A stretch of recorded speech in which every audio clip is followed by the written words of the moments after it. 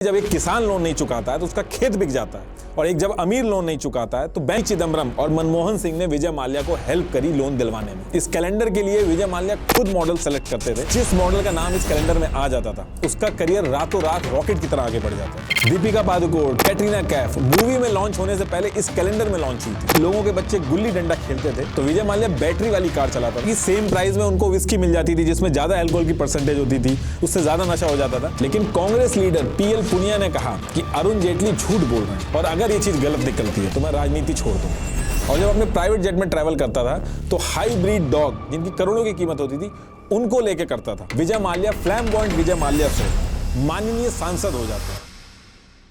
देखिए, गरीब को अगर 1 लाख का भी लोन चाहिए होता है तो बैंक ना जाने क्या क्या डॉक्यूमेंट, सिक्योरिटी, बहुत सारी चीजें मांगता है, और ना लौटाने पे तो रिकवरी वाले उसकी जान तक के पीछे पड़ जाते हैं, भले कोविड के टाइम क्यों ना चल रहा हो। और इन सारी चीजों को लेके स्ट्रिक्टनेस होनी भी चाहिए क्योंकि आम जनता की मेहनत का पैसा है। लेकिन लोगों को गुस्सा वहां पे आता है जब सेम बैंक एक अमीर आदमी को कई हजार करोड़ का लोन बिना किसी सिक्योरिटी के बस उसके नाम पे दे देता है, और वो आदमी अपनी पावर का यूज करते हुए पैसा होने के बाद भी पैसे को वापस नहीं करता क्योंकि उसको पता है कि ऊपर से लेके नीचे तक, चाहे कोई गवर्नमेंट हो या कोई सरकारी बैंक हो, कोई उसका कुछ नहीं कर सकता। और इसी वजह से इंडिया के अंदर एक ट्रेंड सा चल गया जिसमें पावरफुल लोग आम जनता के हजारों करोड़ लूट के यूके में आराम से जाके बैठ जाते हैं। अभी आगे जब मैं आपके सामने सारी डिटेल्स रखूंगा तो आप खुद कहोगे कि ये लोन के नाम के ऊपर इंडिया के अंदर इन लोगों ने कैसे सर्कस बना रखा है। और जितने भी बड़े बड़े लोग हैं वो आंख बंद करके तमाशा देख रहे हैं क्योंकि उनके खुद के कट बंधे हुए हैं। अभी जो विजय माल्या ने किया था, आई एम श्योर आपने ये सुना होगा इसके बारे में, लेकिन जो डिटेल्स इस वीडियो में मैं आपको दूंगा आप खुद शॉक्ड हो जाओगे कि कैसे फ्लैम्बॉयंट विजय माल्या कानून का सर्कस बना के यूके निकल लेता है और सब मुंह देखते रह जाते हैं। अब विजय माल्या के बारे में कहानियां तो बहुत सारी हैं, लेकिन इस वीडियो में जो मैं आपको डिटेल्स दूंगा वो मैंने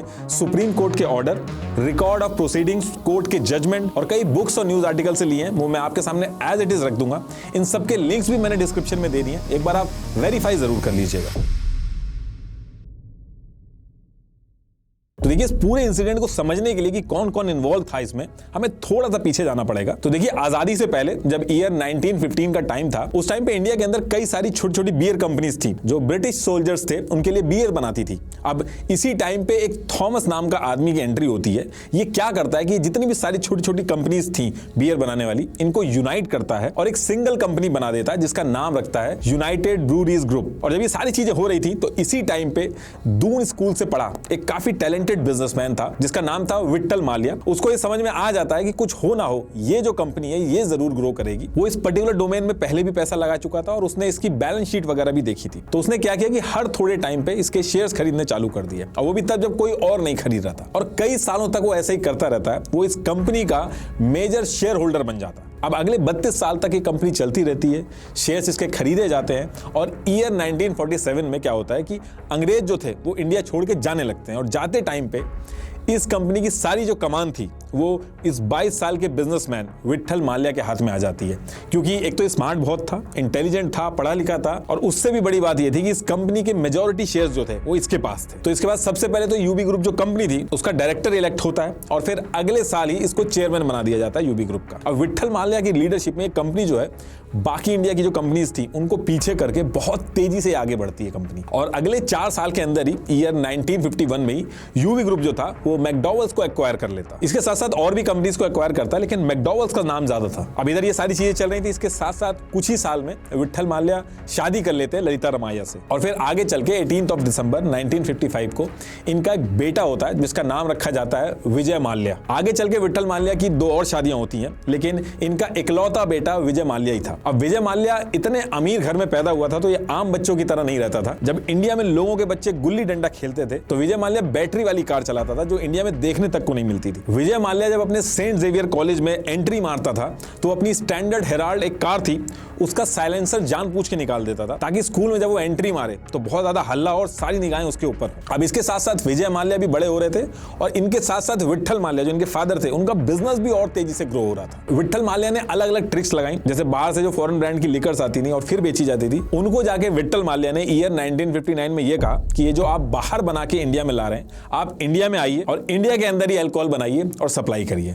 इसको IMFL बोला गया, इंडियन मेड फॉरेन लिकर। आज की डेट में भी आपको बोतलों के ऊपर IMFL लिखा हुआ मिल जाएगा जो इस तरीके से डेवलप होती हैं। अब इसके कुछ सालों बाद विजय माल्या जो था उसका कॉलेज पूरा हो गया था, और जैसे ही कॉलेज पूरा होता है विट्ठल माल्या विजय माल्या को भी अपने बिजनेस में धीरे धीरे इन्वॉल्व करना चालू करते हैं, क्योंकि उन्होंने पहले से ही डिसाइड कर लिया था कि आगे चल के उनका बेटा जो है वही इस पूरे एम्पायर को संभालेगा। इसके लिए उन्होंने अपने बेटे को काफी ट्रेनिंग भी दी। ईयर 1970 में विट्ठल माल्या ने विजय माल्या को यूएस भेजा, जहां पे यूनिवर्सिटी ऑफ कैलिफोर्निया से विजय माल्या ने बिजनेस मैनेजमेंट और इंटरनेशनल ट्रेड लॉ ये सारा कुछ सीखा। इसी के साथ साथ विट्ठल माल्या ने क्या किया था, अमेरिकन हॉक्स कॉर्पोरेशन, ये यूबी ग्रुप का ही पार्ट थी लेकिन यूएस में ऑपरेट होती थी, वहां पे विजय माल्या की इंटर्नशिप कराना स्टार्ट करा दी। अब इसके बाद ये सारी चीजें पूरी करके विजय माल्या की एंट्री वापस इंडिया के अंदर होती है। अब इंडिया वापस आने के बाद विजय माल्या जो थे वो डेली बेसिस पे यूबी ग्रुप के जो ऑपरेशंस थे उनको ऑब्जर्व करते थे, और इंडिया के बाहर से वो जितना भी मैनेजमेंट और चीजें सीख के आए थे वो अपनी यूबी ग्रुप की जो इंडिया की कंपनी थी उसके अंदर इंप्लीमेंट करना चालू करते हैं। जैसे यूबी ग्रुप के अंदर पहले कोई हायरार्की नहीं थी,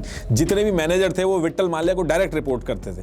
तो पहली चीज तो विजय माल्या ने ये की कि कॉर्पोरेट स्ट्रक्चर बना दिया, जैसे वीपी और एवीपी की पोजीशंस बनाई। इसके बाद जो टॉप मैनेजमेंट थे वो विजय माल्या और एम श्रीनिवास राव इनको रिपोर्ट करते थे, और फिर ये दोनों विट्ठल माल्या को रिपोर्ट करते थे। तो इस तरीके से हायरार्की मेंटेन की और जो पूरा प्रोसेस था वो बहुत स्मूथ हो गया था। अब देखिए, आगे बढ़ने से पहले मैं आपको द 1% क्लब के बारे में बताना चाहूंगा, जो मेरे फ्रेंड फाइनेंस विद शरण ने शुरू किया है, और इसमें ज़ीरोधा के निखिल कामत ने भी इन्वेस्ट किया है। 1% क्लब का विजन है कि भारत के सब लोग फाइनेंशियली इंडिपेंडेंट बने, जिससे आपको पैसों के लिए काम ना करना पड़े। इस क्लब का पार्ट बनने से आप उनकी financial freedom university, 25+ financial planning tools, 50,000 लोगों की कम्युनिटी और बहुत सारे नेटवर्किंग इवेंट जो भारत के हर बड़े शहर में होते हैं, उन सब का हिस्सा बन पाएंगे आप। और अगर आपको भी इसका हिस्सा बनना है तो 1% क्लब का 2 घंटे का पर्सनल फाइनेंस मास्टर क्लास, जिसमें खुद फाइनेंस विद शरण सिखाएंगे, इसका हिस्सा बन सकते हैं। इसमें आप सीखोगे mutual fund investing, early retirement planning and tax में लाखों रुपए बचाने के 5 सीक्रेट टूल्स। तो अगर आपको भी पैसे पर कंट्रोल लाना है तो इस मास्टर क्लास के लिए साइन अप कीजिए, और इसमें मेरे सारे सब्सक्राइबर्स को मिलेगा 50% डिस्काउंट उनके आने वाले मास्टर क्लास के लिए। तो use the link in the description to join the 1% clubs master class and अपनी फाइनेंशियल ग्रोथ की जर्नी की शुरुआत कीजिए। तो टॉपिक पे वापस आते हैं। अब इसके कुछ साल बाद ईयर 1977 में एक ऐसी चीज होती है जिसे यूबी ग्रुप की हिस्ट्री का बहुत ही इंपॉर्टेंट इवेंट माना जाता है। एक्चुअली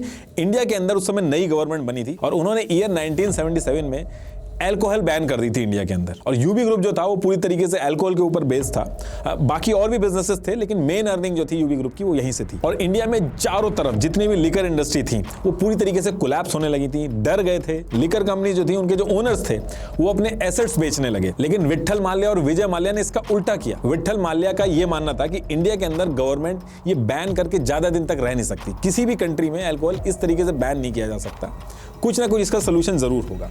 तो ये क्या करते हैं, जितने भी अल्कोहल कंपनीज के जो ओनर्स थे वो एसेट्स सस्ते दामों में बेच रहे थे, ये लोग उनसे खरीदना स्टार्ट कर देते हैं। और कुछ ही टाइम बाद विट्ठल माल्या ने जैसा सोचा था बिल्कुल वैसा ही होता है, इंडिया के अंदर दोबारा से अल्कोहल अलाउ कर दी जाती है। और इस पर्टिकुलर इंसिडेंट की वजह से यूबी ग्रुप के जितने भी कॉम्पिटिटर थे वो कोलैप्स हो गए थे। इस इंसिडेंट के बाद इन्होंने ये भी ट्राई किया था कि कई सारे डोमेन जैसे फूड, फार्मा, अलग अलग इंडस्ट्री में भी पैसा लगाना चालू किया, लेकिन सबसे ज्यादा जो फायदा हो रहा था यूबी ग्रुप को वो अल्कोहल से ही हो रहा था। लेकिन इस इंसिडेंट के बाद विजय माल्या हो चाहे विट्ठल माल्या हो, दोनों का ड्रीम था कि लिकर इंडस्ट्री का जो टैग है ये टैग हटाना चाहते थे, इसलिए ये लोग अलग अलग इंडस्ट्री के अंदर भी, अलग अलग डोमेन के अंदर भी पैसा इन्वेस्ट कर रहे थे। अब इसी के 1 साल बाद क्या होता कि पहले कंप्यूटर वगैरह नहीं थे, तो विजय माल्या कंपनी के पुराने डॉक्यूमेंट्स देख रहे थे। उसी टाइम पे एक डॉक्यूमेंट में इनको ये दिखता है कि यूबी ग्रुप ने एक कैसल ब्रूरीज नाम की एक कंपनी को एक्वायर किया था, जिसका लोगो किंगफिशर बर्ड की तरह था। वो जो लोगो था वो अभी के लोगो से थोड़ा सा डिफरेंट था। तो ये जो कंपनी थी कैसल ब्रूरीज, इसको आगे चल के बंद कर देती है यूबी ग्रुप, लेकिन विजय माल्या को इसका लोगो बहुत पसंद आता है, तो वो इस लोगो को मॉडिफाई करके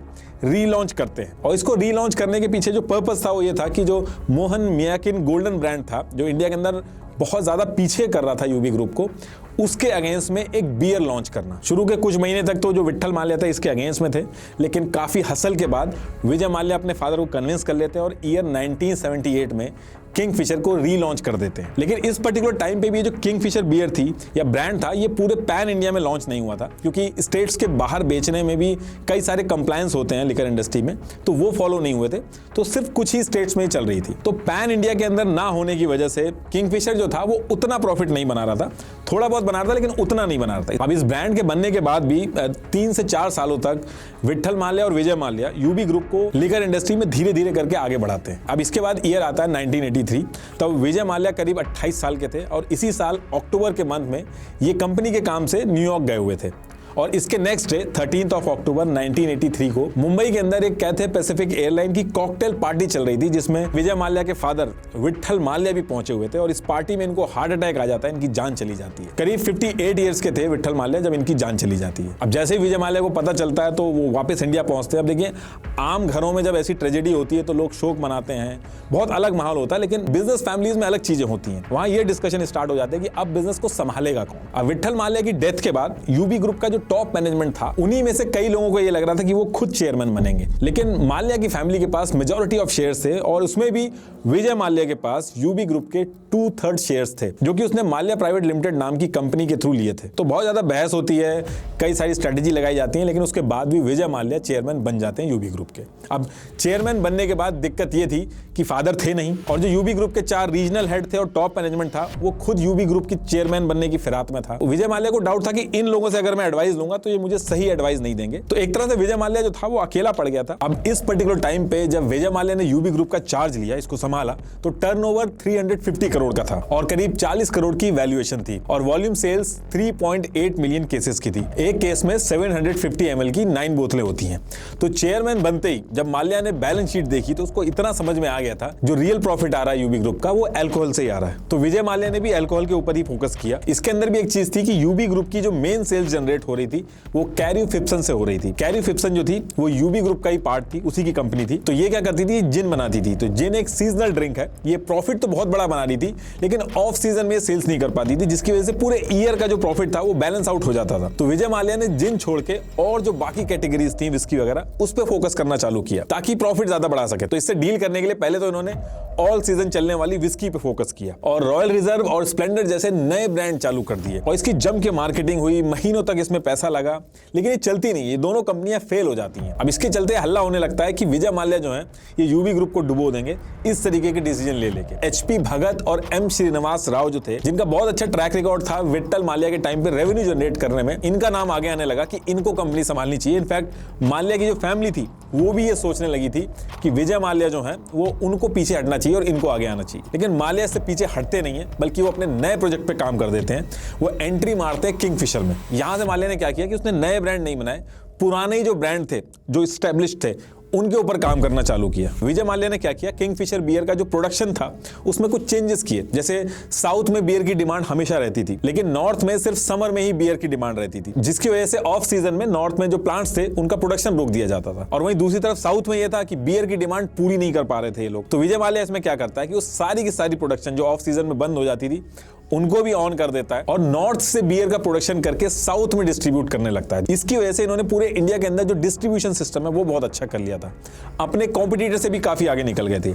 दूसरी चीज, जो बियर थी वो बॉटल्स में आती थी और लिकर कंपनी के लिए ये बॉटल्स एक ह्यूज इन्वेस्टमेंट होती थी। तो हो क्या रहा था कि ये जो बियर की बॉटल्स थी ये डीलर्स खरीद के ले जाते थे, फिर खाली बॉटल वापस करते थे। लेकिन मोस्टली केसेस में क्या होता था कि जब ये डीलर्स बॉटल्स रिटर्न करते थे तो आधी टूटी हुई रहती थी उसमें से, इनफैक्ट जितनी ले जाते थे उतनी रिटर्न भी नहीं करते थे। अब इस चीज को लेके जब प्रेशर बनाया गया डीलर्स के ऊपर कि भैया आपको उतनी ही बॉटल्स जो है वो वापस करनी है, तो उन्होंने एक नया तरीका उसका निकाल लिया कि जो कबाड़ी का काम करते थे या फिर जो लोकल बॉटल्स बनाते थे उनसे वो सस्ती बॉटल खरीद लेते थे और फिर उसको वापस कर देते थे। तो इसकी वजह से और दिक्कत आने लगी। तो इसमें होता क्या था कि कंपनी को बहुत ज्यादा बॉटल्स बनाने में पैसा खर्च करना पड़ता था और इसकी वजह से बहुत ज्यादा जो प्रॉफिट होता था वो इसी में चला जाता था। तो विजय माल्या क्या करता है कि इसको आइडेंटिफाई करके उसकी जगह पे कैन लेके आते हैं। इसके साथ साथ किंगफिशर की जो इमेज थी वो एक लाइट बियर की तरह थी जिसमें करीब 4% अल्कोहल होता था। तो लोग क्या करते थे कि सेम प्राइस में उनको विस्की मिल जाती थी जिसमें ज्यादा अल्कोहल की परसेंटेज होती थी, उससे ज्यादा नशा हो जाता था, तो लोग उसको ज्यादा प्रेफर करते थे। लेकिन विजय माल्या ने क्या किया कि 8% स्ट्रॉन्ग बियर जो होती है 8% अल्कोहल के साथ उसको इंट्रोड्यूस किया और इसके आने के बाद बियर की जो डिमांड थी वो और ज्यादा बढ़ जाती है और इससे इतना ज्यादा फायदा होता है कि मोहन मेकिन गोल्डन ब्रांड को पीछे करके किंगफिशर जो था वो ईयर 1986 आते आते इंडिया का लार्जेस्ट सेलिंग ब्रांड बन गया था। और इसी साल एक चीज और होती है, विजय माल्या एयर इंडिया में ट्रैवल कर रहा था, तो इस फ्लाइट में एक समीरा तैबजी नाम की एक एयर हॉस्टेस थी जिससे इनको प्यार हो जाता है और फिर आगे चल के दोनों शादी कर लेते हैं। और कुछ टाइम बाद 7 मई 1987 को इनका बेटा होता है सिद्धार्थ माल्या और सेम ईयर में इनका डिवोर्स भी हो जाता है। लेकिन माल्या यहाँ पे रुकते नहीं है, आने वाले 2 साल तक वो इंडियन मार्केट के अंदर किंगफिशर जो बियर थी उसको टॉप पे लाके रख देते हैं। किंगफिशर जो ब्रांड था इसको एक नाम और ब्रांड की बजाय इंडिया के अंदर एक लाइफस्टाइल बना दिया था, स्पेशली यंगस्टर के अंदर। और ये सारी चीजें विजय माल्या ने की छोटी छोटी ट्रिक्स से। एक्चुअली इंडिया के अंदर अल्कोहल का एडवर्टीजमेंट करने पे बैन है, तो इस चीज से डील करने के लिए विजय माल्या ने एक नया तरीका निकाला सरोगेट एड का। इसमें यह था कि जैसे किंगफिशर बियर की बजाय Kingfisher soda, Kingfisher water bottle, ये सब लॉन्च कर दी और किंगफिशर बियर का ऐड करने की बजाय इन सब का ऐड किया गया। ऑल ओवर इंडिया में किंगफिशर नाम से इवेंट कराने चालू कर दिए और फिर उस इवेंट में चारों तरफ किंगफिशर के बोर्ड लगा दिए थे, ताकि अगले दिन जब पूरे इंडिया के अखबारों में न्यूज आए और फोटोग्राफ्स आए तो उसमें पीछे किंगफिशर दिखे। किंगफिशर अवार्ड भी शुरू कर दिए, हर तरफ किंगफिशर वर्ड का यूज किया, अपने घर का नाम भी किंगफिशर विला रख दिया। ईयर 1988 में इन्होंने किंगफिशर डर्बी भी शुरू कर दिया, जबकि स्पोर्ट्स का किंगफिशर बियर से दूर दूर तक लिंक नहीं था, लेकिन क्योंकि इनको किंगफिशर का नाम आगे करना था, इस वजह से ये सारी चीजें की। और सबसे बड़ा फायदा किंगफिशर ब्रांड को तब मिला जब माल्या ने Kingfisher swim suit calendar launch किया, जिसको अतुल कसबेकर शूट करते थे। इसकी वजह से घर घर में हर जगह किंगफिशर की बात होने लगी। इस कैलेंडर के लिए विजय माल्या खुद मॉडल सेलेक्ट करते थे और किंगफिशर कैलेंडर इतना बड़ा हो गया था कि जिस मॉडल का नाम इस कैलेंडर में आ जाता था उसका करियर रातों रात रॉकेट की तरह आगे बढ़ जाता था। दीपिका पादुकोण, कैटरीना कैफ मूवी में लॉन्च होने से पहले इस कैलेंडर में लॉन्च हुई थी और आगे चल के फॉर्मूला 1 वगैरह भी इन्होंने लॉन्च किया, जिसमें किंगफिशर का जबरदस्त प्रमोशन हुआ। विजय माल्या का यह कहना था कि अभी भले इसमें पैसे लग रहे हैं, लेकिन लॉन्ग टर्म में ये चीज फायदा देगी और ये ऐसे फायदा देगी कि जो बाकी के कॉम्पिटिटर हैं उनके पास इसका कोई तोड़ नहीं होगा। और ये सारी चीजें इस तरीके से की गई थी कि किंगफिशर नाम आते ही लोगों के दिमाग में बियर आ जाता था। और जब ये सारी चीजें माल्या कर रहा था तो इसी टाइम पे मल्टीपल कंपनीज को भी एक्वायर कर रहा था और माल्या ने जो पूरा बिजनेस था वो ग्लोबल कर दिया था। किंगफिशर 50 से भी ज्यादा देशों में मिलने लगी थी। यूबी ग्रुप, जिसकी वैल्यूएशन विजय माल्या के ज्वाइन करने के टाइम पे 40 करोड़ थी, कुछ ही सालों के अंदर वैल्यूएशन 6000 करोड़ तक पहुंच गई थी। और जो लोग सोच रहे थे कि माल्या कंपनी नहीं चला पाएगा, उसका उल्टा किया माल्या ने। इसने किंगफिशर ब्रांड को आसमान तक पहुंचा दिया था और हर तरफ इसी के बारे में बात होती थी। और इसी बीच में ईयर 1993 में माल्या ने दोबारा से शादी भी की, लेकिन लड़का इनका एक ही था, सिद्धार्थ माल्या। अब देखिए, जो पूरी लिकर इंडस्ट्री है इसमें फायदा तो बहुत ज्यादा होता है, लेकिन इसको चलाने के लिए बहुत सारे चैलेंजेस आते हैं। इसमें पूरी की पूरी इंडस्ट्री चलाने के लिए गवर्नमेंट का सपोर्ट बहुत ज्यादा जरूरी है। बिना गवर्नमेंट के ये इंडस्ट्री चल नहीं सकती। जैसे किसी कंपनी को अगर अल्कोहल को अपने स्टेट से बाहर भेजना है तो उसका अलग से टैक्स देना होता है और ये सारे रूल्स स्टेट गवर्नमेंट देखती है। एक लिकर बॉटल का प्राइस क्या होगा ये भी स्टेट गवर्नमेंट डिसाइड करती है। किसको लिकर का लाइसेंस मिलेगा ये तक गवर्नमेंट के हाथ में होता है। तो गवर्नमेंट का सपोर्ट में होना बहुत जरूरी है अगर ये बिजनेस चलाना है। और सपोर्ट में अगर गवर्नमेंट नहीं है तो बिजनेस छोड़िए, एक छोटा सा जो लिकर का ठेका होता है वो तक नहीं चला सकता इंसान। तो ये सारी चीजों से निपटने के लिए माल्या जो था वो खुद पॉलिटिक्स में घुसना चाहता था ताकि कोई दिक्कत ना आए आगे चल के। और ईयर 2002 में माल्या इस चीज को लेके कई जगह पे अपने लिंक से बात करता है और सक्सेसफुल भी होता है। अपने होम स्टेट कर्नाटका से इंडिपेंडेंट राज्यसभा का मेंबर इलेक्ट हो जाता है और इस चीज में इसका जनता दल और कांग्रेस सपोर्ट करती है। तो उस दिन जैसे ही ये चीज होती है, विजय माल्या फ्लैम्बॉयंट विजय माल्या से माननीय सांसद हो जाते हैं और यहां से विजय माल्या का पॉलिटिकल कनेक्शन जो होता है वो बहुत ज्यादा स्ट्रांग हो जाता है। अब इसके बाद डेट आती है 15 नवंबर 2004 और इस दिन विजय माल्या क्या करते हैं, अपनी कंपनी के सीएफओ निधुन गरी, जिसपे सबसे ज्यादा ट्रस्ट करते थे, उनको बुला के कहते हैं कि वो अगले साल किंगफिशर एयरलाइन शुरू करेंगे। अब सीएफओ सुन के तो बहुत नेगेटिव रिस्पांस देता है, लेकिन उसको पता था कि माल्या ने अगर बोला है तो वो अगले साल ये चीज करेगा जरूर। और same day Vijay Mallya CFO से एक बैंक के अंदर कॉल अरेंज कराता है। काफी देर बाद चलती है, लेकिन बैंक जो है वो लोन देने को मना कर देता है और इस पे विजय माल्या कहते हैं कि मैं बिना लोन के ही एयरलाइन शुरू करूंगा। अब इसके अगले दिन एयरबस इंडिया का जो हेड था किरण राव, इससे फोन कॉल सेट होती है। एक्चुअली एयरबस दुनिया भर में कॉमर्शियल जो एयरप्लेन होते हैं उनको बनाती है, तो हर कंट्रीज में इनकी ब्रांचेस होती हैं। तो ऐसे ही एयरबस इंडिया जो था उसको किरण राव देखते थे। तो विजय माल्या किरण राव को कहता है कि उसको 10 एयरबस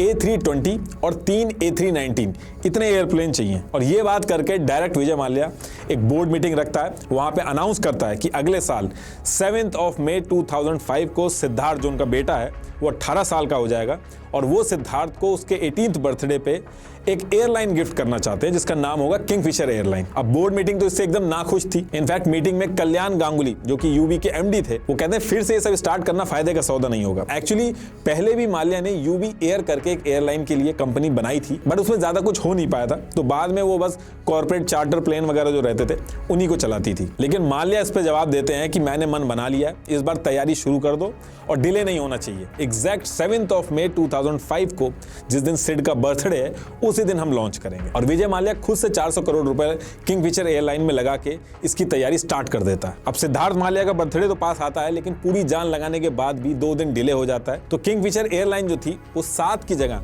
9 मई 2005 को लॉन्च होती है, सिद्धार्थ माल्या के बर्थडे के 2 दिन बाद। अब जैसे किंगफिशर लॉन्च होती है, हर तरफ इसका जो लग्जरी एक्सपीरियंस है इसका हल्ला होने लगता है। न्यूज, टीवी, पेज 3 हर तरफ इसके बारे में बात होती है। पहले जहां पे एयरप्लेन्स में खाली मैगजीन रख दी जाती थी, किंगफिशर के अंदर स्क्रीन्स लगा दी गई थी, हेडफोन्स मिलते थे वहां पे बैठने के बाद, good quality food, well trained air hostess जिनको खुद माल्या सेलेक्ट करते थे। इनफैक्ट कई लोग वेल ट्रेन्ड जो एयर हॉस्टेस थी उनको देखने के लिए टिकट बुक कराते थे। इसमें 1 साल के अंदर अंदर किंगफिशर को बहुत ही अच्छी ओपनिंग मिलती है। हर तरफ सिर्फ किंगफिशर की बात होती है, कई सारे अवार्ड्स मिलते हैं, पेज 3 पे बात होती है। लेकिन माल्या ने जितना पैसा खर्च किया था उतना प्रॉफिट नहीं बना था, लेकिन हाँ ब्रांड एस्टैब्लिश हो गया। अब ये सारी चीजें देखने के बाद विजय माल्या और प्लेन्स खरीदने का सोचते हैं। इसके लिए IDBI बैंक के पास जाते हैं, लेकिन पहले UB ग्रुप के साथ कुछ इशू थे, कुछ रेगुलरिटीज को लेके, तो इस वजह से IDBI जो था वो लोन देने को मना कर देता है। लेकिन विजय माल्या फिर भी पैसा लगा के और एयरप्लेन्स मंगा लेते हैं। अब इसके बाद विजय माल्या इंटरनेशनल फ्लाइट शुरू करना चाहते थे, लेकिन सिविल एविएशन की गाइडलाइंस में एक क्लॉज था जिसके हिसाब से यह था कि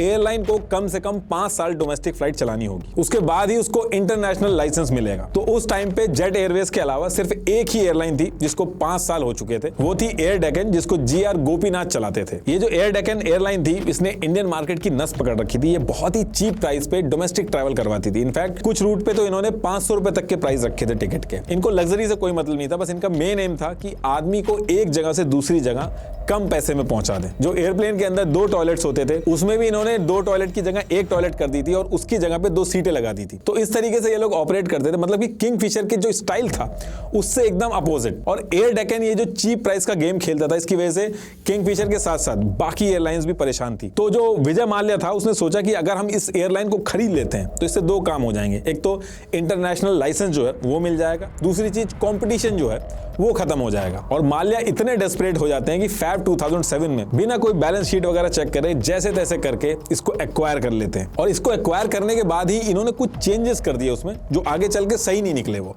पहली चीज तो इन्होंने एक्वायर किया इसको, और उसको एक्वायर करते ही इसका नाम चेंज कर दिया।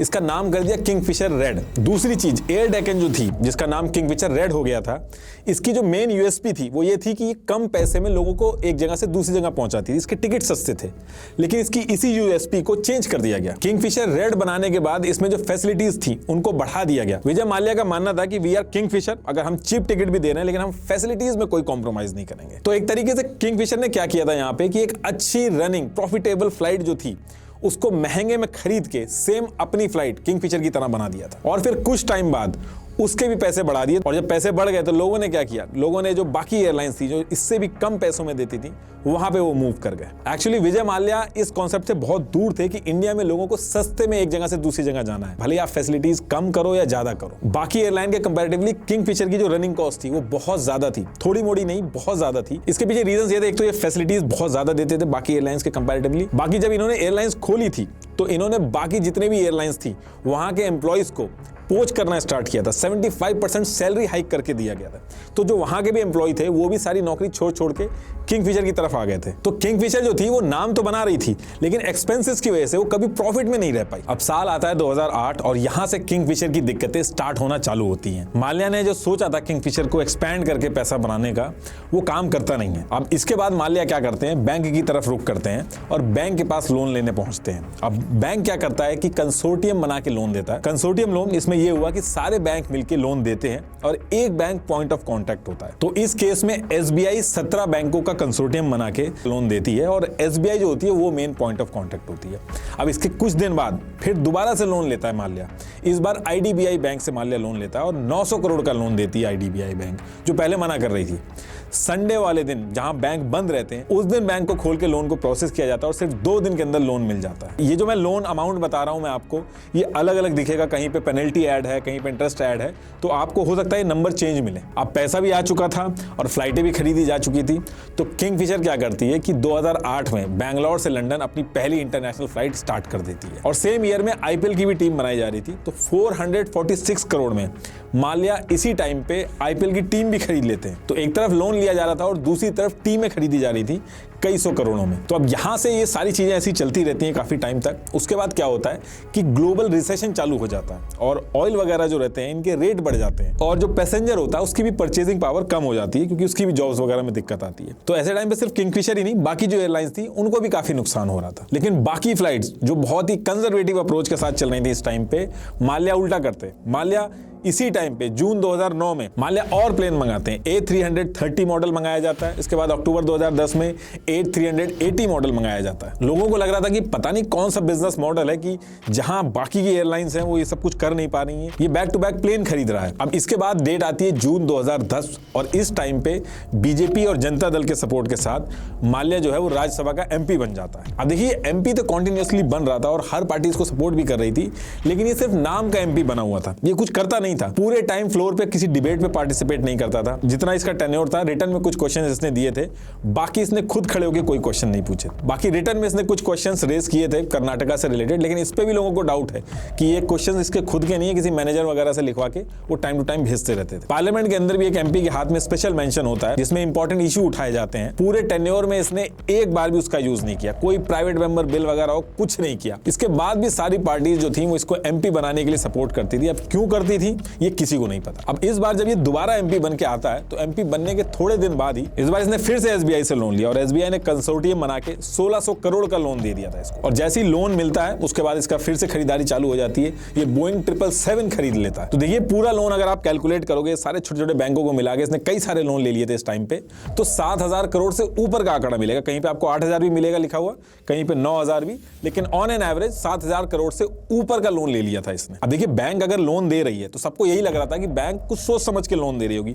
कुछ सिक्योरिटी पे रखवाया होगा जैसे एक आम आदमी से रखवाती है अगर उसको पैसा देना होता है। लेकिन ये चीज भी गलत निकलती है, अभी आगे बताऊंगा वो भी क्यों। तो इस पर्टिकुलर टाइम पे क्या हो रहा था कि कॉस्टिंग बहुत ज्यादा हो गई थी किंगफिशर की, प्रॉफिट था नहीं, ग्लोबल रिसेशन आ गया था, ऑयल के प्राइसेस बढ़ गए थे। तो ये धीरे धीरे करके जो इसके वेंडर थे उनके पैसे नहीं दे पा रहा था और इसकी वजह से कई ऑयल कंपनीज थी जैसे HP और भारत पेट्रोलियम, इन्होंने किंगफिशर को बैन कर दिया था ऑयल देने से, क्योंकि पहले के जो बिल थे वही नहीं क्लियर कर रहा था। बाकी इंडियन ऑयल जो थी उसने कहा कि देखो हम बैन तो नहीं कर रहे हैं किंगफिशर को, लेकिन हमें एडवांस में पेमेंट चाहिए होगी तभी हम ऑयल देंगे। तो सिर्फ ऑयल कंपनीज की दिक्कत नहीं थी, बैंगलोर और जो हैदराबाद एयरपोर्ट थे इन्होंने भी प्लेन उतारने के लिए जो लैंडिंग चार्जेस होते हैं वो एडवांस में लेना स्टार्ट कर दिया, क्योंकि ये लोग अपना प्लेन उतार देते थे और पैसा देते नहीं थे और वो बहुत ड्यू होता जा रहा था। तो इन एयरपोर्ट्स ने भी अलग से किंगफिशर के लिए रूल बनाया कि भाई हमें एडवांस में लैंडिंग चार्जेस चाहिए। और इसी के साथ साथ लोन की जो इंस्टॉलमेंट थी वो भी इन्होंने रोक दी थी, वो भी डिफॉल्ट कर दिया था। केटरिंग वाले जो थे उनके बिल्स जो थे वो नहीं पूरे भरे गए थे। अब इन सारी वजह से पैसेंजर्स जो थे उनकी भी कंप्लेन आने लगी थी कि फैसिलिटी सही नहीं आ रही है। और ये जितने भी अलग अलग वेंडर थे जिनके बिल ड्यू कर रहे थे इनको इन्होंने फर्जी चेक दे रखे थे, मतलब ये चेक दे देते और चेक बाउंस हो जाते। तो ये जो वेंडर्स थे चेक बाउंस को लेके भी इन सारी कंपनीज ने कोर्ट का दरवाजा खटखटाया और किंगफिशर के ऊपर केस कर दिया। JMR हैदराबाद इंटरनेशनल एयरपोर्ट ने तो सजा भी दिलवा दी थी किंगफिशर के CFO को, क्योंकि इसका 50 लाख का जो चेक था वो बाउंस हो गया था। अब किंगफिशर जो था वो हर तरफ से फंसता चला जा रहा था। किंगफिशर ने स्टाफ की जो सैलरी थी वो भी रोकना चालू कर दिया था और कई महीने हो गए थे स्टाफ जो थे वो स्ट्राइक करने लगे थे। और फायदे नुकसान की बात करें तो अकेले 2009 में एयरलाइन का 400 करोड़ का लॉस हुआ था। और ये कोई पहला साल नहीं था जो इसको लॉस हुआ था, 2005 से लेके जब तक ये एयरलाइन चली किंगफिशर एयरलाइन, इसने एक बार भी प्रॉफिट नहीं बनाया। उसके बाद भी इसने बैंकों से लोन ले लेके हर साल नए नए प्लेन्स खरीदे और अपने खर्चे कम नहीं किए और PR में कई करोड़ रुपए इंजेक्ट करके जो कंपनी की वैल्यूएशन है उसको बार बार बढ़ाने की कोशिश की गई। और ये सारी चीजें जो हो रही थी इससे ज्यादा लोगों को गुस्सा इसलिए आ रहा था कि जिस तरीके से विजय माल्या इस चीज को हैंडल कर रहा था, जैसे सैलरी वगैरह सब रोक रखी थी स्टाफ की, लोन वगैरह की जो इंस्टॉलमेंट थी वो नहीं पे कर रहा था, लेकिन जब बर्थडे आता था तो 3 दिन तक पार्टी रखता था जिसमें एनरिके, स्पेनिश सिंगर जो होते थे, कैलेंडर मॉडल के ऑडिशन जो होते थे, ये सारी चीजें करता था। कैलेंडर हो, स्पोर्ट्स इवेंट वगैरह जो है इसमें करोड़ों रुपए लगते हैं लॉन्चिंग में। तो ये सारी चीजें धड़ल्ले से चल रही थी और माल्या ने खुद की सैलरी भी फिक्स कर रखी थी। वो किंगफिशर से 33 करोड़ रुपीस सैलरी लेता था और उसको अपने टाइम से देता था। इतना सब कुछ होने के बाद भी इसके रहने का जो स्टाइल था उसमें कोई कमी नहीं आती थी। माल्या इसी टाइम पे थीम पार्टी इसको बहुत पसंद थी, तो time to time theme party करता था, दुनिया भर के फेमस लोगों को बुलाता था। और जब अपने प्राइवेट जेट में ट्रैवल करता था तो हाई ब्रीड डॉग जिनकी करोड़ों की कीमत होती थी उनको लेके करता था। मर्सिडीज कार का बहुत बड़ा फैन था, अगर कोई मॉडल अगर थोड़ा टाइम ज्यादा हो जाता था तो सेम मॉडल को दोबारा खरीद लेता था। इसी टाइम पे ये यूके गया था तो इसने कहा था कि इसके पहुंचने से पहले वहां पे मर्सिडीज होनी चाहिए थी। तो इसके जो टॉप ऑफिशियल थे उसमें से एक था, वो कहता है कि मैं जाके विजय माल्या से बात करूंगा, वहां पे ऑलरेडी 18 से 20 कार खड़ी हैं, पार्किंग की जगह नहीं है, तो खरीदना ठीक नहीं है, इसको हम अवॉइड कर सकते हैं। और सेम डे खरीदने में बहुत सारी दिक्कतें भी आएंगी। तो विजय माल्या इतना गुस्सा हो जाता है कि कहता है कि अब मुझे एक नहीं 2 मर्सिडीज चाहिए सेम मॉडल की, और उन 2 मर्सिडीज में से एक मर्सिडीज वहीं छोड़ देता है। इसको यूनिक चीजों के ऑक्शन में जाके करोड़ों रुपए की चीजें खरीदने का भी बहुत शौक था। इसने इससे पहले भी टीपू सुल्तान की जो तलवार थी, गांधी जी की कई सारी चीजें थी, वो करोड़ों रुपए देके खरीदी थी। और जब इसका ये लोन वाला पूरा मैटर चल रहा था और सीबीआई की जब इंक्वायरी स्टार्ट होती है, तो सीबीआई ने अपनी चार्जशीट में कहा कि इधर माल्या लोन नहीं चुका पा रहा था, और सेम टाइम पे माल्या ने फ्रांस में 35 मिलियन यूरो की प्रॉपर्टी खरीद ली थी। और सिर्फ इतना ही नहीं, माल्या ने एक गिज्मो होल्डिंग नाम से एक फर्म बनाई थी, जिससे 8 मिलियन यूरो की पेमेंट और करने वाला था फ्रांस के अंदर। और जब ऐसी 2-3 न्यूज आई तो लोगों का गुस्सा बहुत ज्यादा बढ़ गया था, क्योंकि ये शेल कंपनीज बना के इंडिया में लोन लेके बाहर पैसा शिफ्ट कर रहा था। और ये सारी न्यूज डे बाय डे आ रही। अब चेक बाउंस की बात हो, लोन का जो रीपेमेंट है उसकी बात हो, शेल कंपनी बाहर बनाने की बात हो, ये सारी चीजें चली रही थी। दिसंबर 2011 में इसमें एक चीज और ऐड हो जाती है। यूनियन मिनिस्टर पार्लियामेंट के अंदर आके बताते हैं कि ये जो विजय माल्या का किंगफिशर है, ये तो 2 साल से टैक्स ही नहीं भर रहा। 150 करोड़ से ज्यादा का तो किंगफिशर ने टैक्स ही नहीं भरा था। और ये वो टाइम था जहां बैंकों को पता चल गया था कि ये जो कर रहा है वो सही नहीं है, क्योंकि हर तरफ से ये फंस रहा था। और ये देखते हुए बैंकों ने इसको नॉन परफॉर्मिंग एसेट डिक्लेयर कर दिया। इनफैक्ट कुछ बैंक ने तो ये भी कहा कि ये विलफुल डिफॉल्टर है, यानी कि जानबूझ के ऐसा कर रहा है। अब इतनी सारी चीजें इसके ऊपर चल रही थी, सैलरी को लेके, चेक बाउंस को लेके, टैक्स को लेके। कोई और आदमी होता तो उसके ऊपर बहुत ज्यादा दिक्कतें आ जाती, लेकिन इसके ऊपर कुछ नहीं होता। कुछ होना तो बहुत दूर की बात। In fact SBI bank, Vijay Mallya और आरबीआई, ये तीनों मिलकर एक मीटिंग करते हैं और इसमें ये एक मास्टर डेट रिकास्ट एग्रीमेंट बनाते हैं, एमडीआरए। तो ये एग्रीमेंट जो था वो 21 दिसंबर 2010 को साइन हुआ था। सारे बैंक और ये सब साइन करते हैं। बेसिकली इसमें ये था कि किंगफिशर के जो शेयर्स थे उनको लेके लोन अपना पूरा कर रही थी बैंक। अब लेकिन इस पे भी क्वेश्चन उठने लगे। मार्केट में जो शेयर की कीमत थी वो 38 से 39 रुपीज के बीच में घूम रही थी, लेकिन बैंक्स ने इसके जो शेयर्स थे उनको 64 रुपीज के रेट में लिया। अब इसके ऊपर जब इन पे प्रेशर बढ़ा तो बैंक्स ने कहा कि मार्केट अभी डाउन है, इस वजह से रेट कम आ गया। लेकिन आप किंगफिशर का अगर आप ओवरऑल स्टैंडर्ड देखोगे तो उसका एवरेज 64 ही निकलता है। तो 64 रुपीज के हिसाब से हमने जो अपना लोन है वो कन्वर्ट कर दिया। लेकिन ये सारी इररिस्पॉन्सिबल चीजें जो हो रही थी, ये सिर्फ गवर्नमेंट बैंक में ही हो रही थी। प्राइवेट बैंक ने भी लोन दिया था, लेकिन वो काफी हद तक सेफ थे। जैसे आईसीआईसीआई हो गया, एचडीएफसी हो गया, इन्होंने लोन दिए थे, लेकिन इन्होंने इसके बदले में यूनाइटेड स्पिरिट जो इनकी दूसरी कंपनी थी उसके शेयर्स गिरवी रखवा दिए थे, जिनको बेच के उन्होंने अपना पैसा रिकवर कर लिया था। बात यहां तक आ गई थी कि लोगों में डर आ गया था कि कहीं ये जो बैंक है जहां पे हमने पैसा जमा कर रखा है ये बंद ना हो जाए। अब आप यहां पे देखिए, जब एक किसान लोन नहीं चुकाता है तो उसका खेत बिक जाता है, और एक जब अमीर लोन नहीं चुकाता है तो बैंक बिक जाते हैं। और ये सारी चीजें जो चल रही थी, इसका जो सारा ब्लेम था वो सरकार के ऊपर आ रहा था। इनफैक्ट आगे यूके में भी, अभी जब मैं बताऊंगा आपको आगे तो उसमें आएगी ये चीज। आगे जब यूके में भी केस चलता है तो वहां पे पी चिदंबरम और मनमोहन सिंह के कुछ लेटर रिवील हुए थे। और जब ये लेटर रिवील हुए तो ऑपोजिशन ने ये ब्लेम लगाए कि जो पी चिदंबरम और मनमोहन सिंह ने विजय माल्या को हेल्प करी लोन। देखिए, जो बैंक लोन दे रहा था ये किंगफिशर की ब्रांड वैल्यू पे लोन दे रहा था। और ब्रांड वैल्यू ऐसा नहीं है कि कोई मैनेजर ने बैठ के अपने आप गेस किया कि ये ब्रांड वैल्यू होगी। प्रॉपर इनके पास एक प्रोसेस होता है जिससे कैलकुलेट करते हैं। तो ये जो सरकारी बैंक थे इन्होंने कैलकुलेट करा था, जिससे जो इसकी ब्रांड वैल्यू थी वो 160 करोड़ आई थी। लेकिन एक ग्रांट थॉर्नटन करके एक ऑडिट फर्म है जिसको अभी अडानी ने हायर किया है। गवर्नमेंट के कई सारे क्लीन गंगा इनिशिएटिव हो गया, नीति आयोग हो गया, इन सबके साथ मिलकर काम कर चुकी है। तो किंगफिशर ब्रांड जो है इसकी ऑडिटिंग इसने करी और इसने जो इसके ब्रांड की वैल्यूएशन निकाली वो 4100 करोड़ निकाली। तो थोड़ा मोड़ा नहीं, बहुत जमीन आसमान का फर्क था, कहां 160 और कहां 4100 करोड़। तो ये जो फर्म थी इसके ऊपर भी क्वेश्चन उठे, लेकिन तब तक बहुत देर हो चुकी थी। इसने जो वैल्यूएशन लगाई थी उसके बेसिस पे बैंक उठा के लोन दिए जा रहे थे। और जब लोन डिफॉल्ट हुआ और ये लोग इस ब्रांड को बेचने निकले, जिसमें मेन ब्रांड थे fly Kingfisher, flying models, fly the good times, fun liners, Kingfisher, ये जो ब्रांड थे इनको कोई खरीदने ही नहीं आया। तो कहने का मतलब ये कि 1 रुपया भी वापस नहीं आया। और ये सारी चीजें देखने के बाद फरवरी 2012 में किंगफिशर के जितने भी अकाउंट्स थे इनको फ्रीज कर दिया जाता है। इसके बाद 20 अक्टूबर 2012 को directorate general of civil aviation DGCA ने किंगफिशर एयरलाइन के जो फ्लाइंग लाइसेंस थे इसको सस्पेंड कर दिया था। किंगफिशर के डोमेस्टिक और इंटरनेशनल सारे के सारे ऑपरेशन जो थे वो पूरी तरीके से बंद हो जाते हैं। सारे एम्प्लॉइज रोड पे आ जाते हैं जो हाइक ले लेके वहां पे गए थे। और इतना सब कुछ होने के बाद भी विजय माल्या आराम से राज्यसभा में, बर्थडे पार्टी में, आईपीएल के मैचेस में बड़े आराम से हंसते खेलते नजर आते थे। तो ये इतने बड़े बड़े ब्लंडर जानबूझ के हो रहे हैं या फिर गलती से होते हैं, इसके लिए सीबीआई की इंक्वायरी बैठती है। तो सबसे पहले तो सीबीआई ने वो चीज करी जिसका सबसे ज्यादा डर था। सीबीआई ने इमिग्रेशन डिपार्टमेंट को 16 अक्टूबर 2015 को लुकआउट नोटिस भेजा, जिसमें यह था कि किसी भी कीमत पे अगर विजय माल्या देश के बाहर जाने के लिए एयरपोर्ट के इमिग्रेशन काउंटर पे आता है तो उसको रोक के वापस भेजना है और इन्फॉर्म करना है सीबीआई को। किसी भी कीमत पे वो देश से बाहर नहीं जाना चाहिए। लेकिन इसमें भी एक दिक्कत आके खड़ी हो जाती है। पता नहीं कैसे 24 नवंबर 2015 को सीबीआई के जो नोटिस सीबीआई ने भेजा था, इसके अंदर 2-3 वर्ड चेंज कर दिए जाते हैं। अब इसमें यह कर दिया गया था कि अगर विजय माल्या दिखता है तो उसको रोक के बस पूछना है कि वो कहां जा रहा है, और जहां वो जा रहा है वो जो लोकेशन बताएगा वो सीबीआई को इन्फॉर्म कर देना है। उसको इंडिया से बाहर निकलने के लिए रोकना नहीं है। इस चीज पे सुब्रमण्यम स्वामी ने ट्वीट भी किया था कि इस लुकआउट नोटिस को चेंज करवाने के लिए माल्या पहले दिल्ली पहुंचता है और एक बहुत बड़े पावरफुल आदमी से मिलता है और ये चेंजेस करवाता है उसमें, ताकि वो फ्रीली मूव कर सके। अब इसके बाद ये जितने भी बैंक थे 1 मार्च 2016 को सब इकट्ठे होते हैं और attorney general date recovery tribunal DRT पहुंचते हैं और कहते हैं कि विजय माल्या का जो पासपोर्ट है इसको तुरंत जब्त कर लीजिए, वो भागने वाला है। सुप्रीम कोर्ट जो था इस पूरे इंसिडेंट की जो अर्जेंसी थी उसको समझता है और एक दिन बाद ही 3 मार्च 2016 को उसकी हियरिंग का टाइम फिक्स कर देता है कि हाँ ऐसा कर दिया जाएगा। अब 1 मार्च को जब ये सारी चीजें चल रही थी तो 1 मार्च को विजय माल्या पार्लियामेंट में पहुंचता है और नेक्स्ट डे 2 मार्च को दिल्ली एयरपोर्ट से जेट एयरवेज की फ्लाइट नंबर 9W122 पकड़ के टर्मिनल 3 से 55 सूटकेस और अपनी एक फीमेल फ्रेंड के साथ लंदन भाग जाता है। और इस बार ये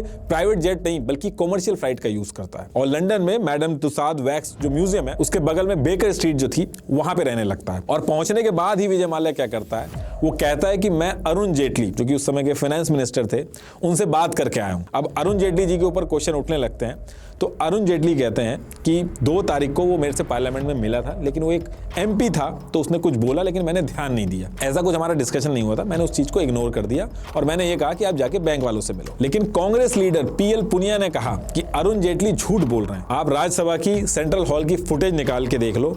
1 मार्च 2016 को 10 मिनट से ज्यादा देर तक इन दोनों ने बात करी है और अगर ये चीज गलत निकलती है तो मैं राजनीति छोड़ दूंगा। अब इधर ये सारी चीजें तो चलती रहती है, लेकिन सुप्रीम कोर्ट के हाथ में जो था वो करता है। वो सुप्रीम कोर्ट की बेंच ने माल्या की जो इंडियन कंपनीज थी उनको रीच आउट किया, यूके के इंडियन हाई कमिश्नर जो थे उनको रीच आउट किया, उसकी जो राज्यसभा की ऑफिशियल ईमेल आईडी थी उस पे भी मेल वगैरह भेज के उसको रीच किया, लेकिन इन सब चीजों का कोई फर्क नहीं पड़ता। अब देखिए विजय माल्या के इंडिया से यूके भागने के बाद सारे हाथ बंद गए थे बैंकों के, इनफैक्ट जो गवर्नमेंट ऑफिशियल्स थे उनके भी हाथ बंद गए थे, लेकिन यहां से कुछ चीजें उनके हाथ में थी। देखिए इंडिया और यूके के बीच में 22 सितंबर 1992 को एक ट्रीटी साइन हुई थी, एक्सट्रेडिशन ट्रीटी। इसमें यह था कि एक दूसरे के देश का अगर कोई आदमी क्राइम करता है तो उसको ये एक दूसरे को सौंप देंगे और इसी को बेसिस बना के ministry of external affair general VK Singh ने फरवरी 2017 को एक्सट्रेडिशन रिक्वेस्ट भेजी और इस चीज पे एक्ट करते हुए ब्रिटिश हाई कमिश्नर जो था वो विजय माल्या को 18 अप्रैल 2017 को अरेस्ट कर लेता है यूके के अंदर और वेस्टमिनिस्टर मजिस्ट्रेट कोर्ट जो था वहां लेके पहुंचता है। लेकिन माल्या के जो लॉयर थे वो कंडीशनल बेल पे उसको छुड़वा लेते हैं। इंडिया दोबारा से ट्राई करता है। उसके बाद विजय माल्या ने यूके एक्सट्रेडिशन एक्ट 2003 के तहत मल्टीपल रेमेडीज यूज कर ली, जिसकी वजह से वो फिर बार बार बच जाता है और इंडिया के जो बैंक है वो इंडिया के साथ साथ यूके भी पहुंच के अब केस लड़ रहे हैं। बैंक का कहना है कि माल्या एक विलफुल डिफॉल्टर है, मतलब कि जानबूझ के इसने ये सारी चीजें की हैं। तो देखिए अभी करंट सिचुएशन तो ये है कि time to time Vijay Mallya ये जो लोन लिए थे इसने इसको रीपेमेंट करने के लिए बार बार ऑफर करता है कि आप इंटरेस्ट हटा लो, पेनल्टी हटा लो, इतना ले लो। तो अभी ये नेगोशिएशन करता रहता है, ट्वीट भी करता रहता है। बीच बीच में ये भी खबर आने लगती है कि ये वापस इंडिया इसको लाया जाने वाला है, लेकिन फिर लास्ट मोमेंट में पता चलता है कि इसके जो वकील हैं इसको बचा लेते हैं। फिलहाल तो ये वापस कब आएगा ये कंफर्म नहीं है, लेकिन गवर्नमेंट ने दावा किया कि इसको ये वापस लेके आएंगे और जो आम जनता का पैसा है उसको इसकी प्रॉपर्टी वगैरह बेच के और इससे कुछ ना कुछ नेगोशिएशन करके उसको पूरा करेंगे। लास्ट में एक बार फिर से आपको बता दूं कि अपने पैसों पे कंट्रोल पाने के लिए ज्वाइन करिए 1% क्लब्स मास्टर क्लास और अपनी फाइनेंशियल ग्रोथ की जर्नी की शुरुआत कीजिए। Thank you.